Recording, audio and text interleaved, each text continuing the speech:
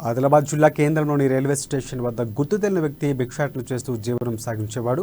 5 రోజుల కిందట అనారోగ్యంతో మృతి చెందాడు.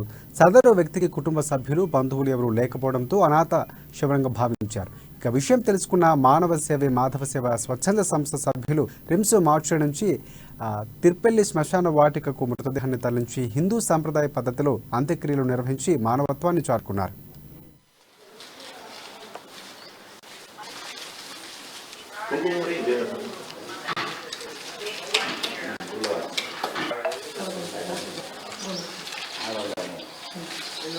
डालना पड़ता है, निकल जाती है, गिर जाती है।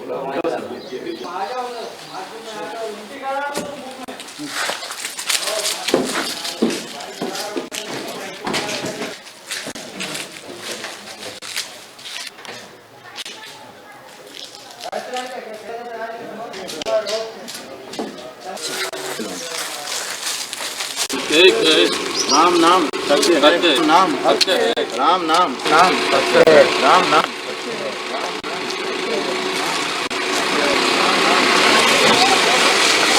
గత 5 రోజుల కిందట మన ఆదిలాబాద్ జిల్లా రైల్వే స్టేషన్ దగ్గర ఈ ఒక అమ్మగారు అక్కడ భిక్షాటన చేస్తూ కోడళ్ళలో తన ఒక జీవనం గడుపుతూ అనుకోకుండా ఆరోగ్యం బాగలేని కారణం వల్ల రైల్వే స్టేషన్ దగ్గరనే తను తప్పి అక్కడనే చనిపోవడం జరిగింది. అక్కడ ఉన్నటువంటి స్థానికంగా ఉన్నటువంటి అక్కడ సిబ్బంది మరి 2 టౌన్ పోలీస్ స్టేషన్ కు సమాచారం ఇవ్వడంతో ఇక్కడ తీసుకొచ్చిన తర్వాత వైద్యులు చనిపోవడం చెప్పడంతో మరి చనిపోయినటువంటి అమ్మగారికి మరి ఎక్కడి నుంచి వచ్చిండ్రు, మరి ఈమె కుటుంబ సభ్యులు కూడా ఎవరు లేరు. మరి అదే విధంగా